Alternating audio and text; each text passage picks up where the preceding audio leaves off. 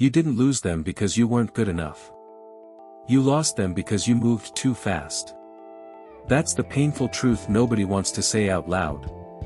You were kind. You were there. You made them laugh. And then one day you finally told them how you felt. And something shifted. The texts got shorter. The energy changed. They pulled back. And you're sitting there asking yourself, what did I do wrong? You didn't do anything wrong. You just didn't understand how attraction actually works. You know that person you see every day? Maybe at the office. Maybe in class. You barely noticed them at first. And then one random Monday they said something. Did something. And suddenly you can't stop thinking about them. Or flip it. There's someone you admire for months. You were careful. You were thoughtful. But eventually you said it too soon. Too eagerly. Too obviously. And just like that it was over before it started. Both of those moments are the same psychology. Just on opposite sides of the same door. Here's what the research actually says. Attraction isn't a switch. It doesn't flip on because you said the right words or wore the right thing.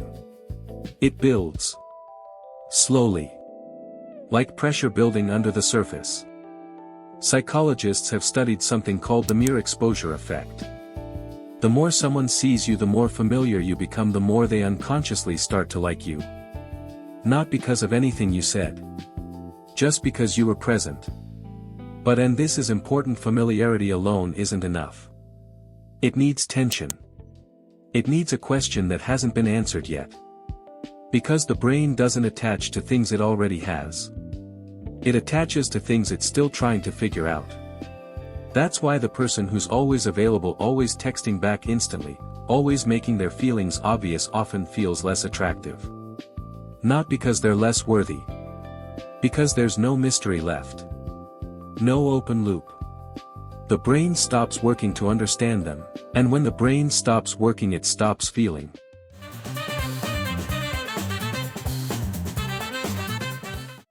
Think about the last time you were genuinely attracted to someone.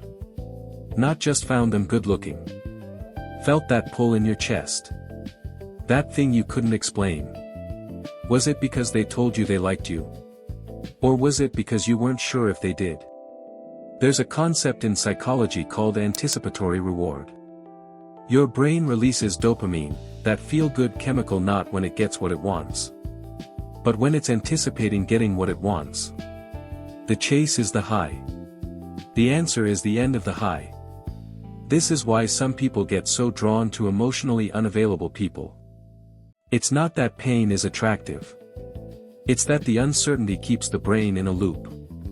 Like a slot machine. You keep pulling the lever because you don't know when it'll pay off. The people who create the most attraction are the ones who are present but not desperate. Warm but not predictable. Interested but not obsessed.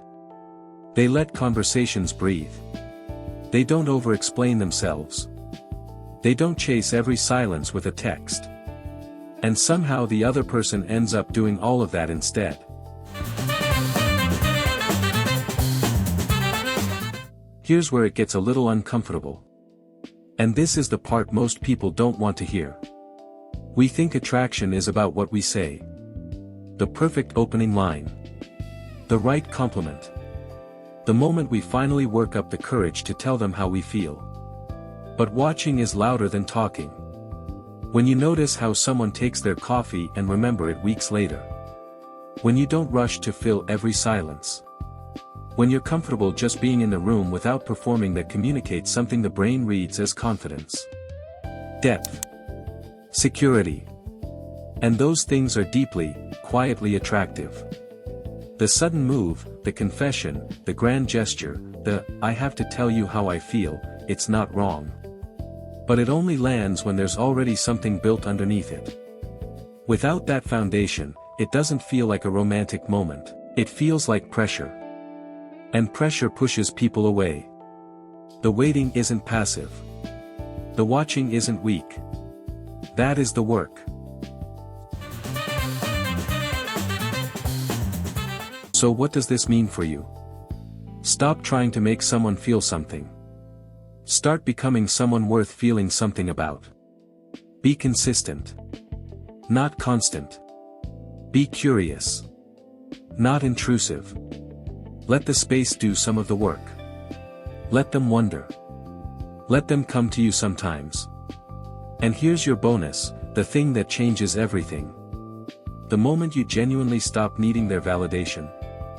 That's when you become the most magnetic version of yourself. Not through a trick or tactic. But because confidence without desperation is one of the most attractive forces a human being can project. Attraction doesn't always start with a spark. Sometimes it starts with a quiet presence that builds into something neither of you can explain.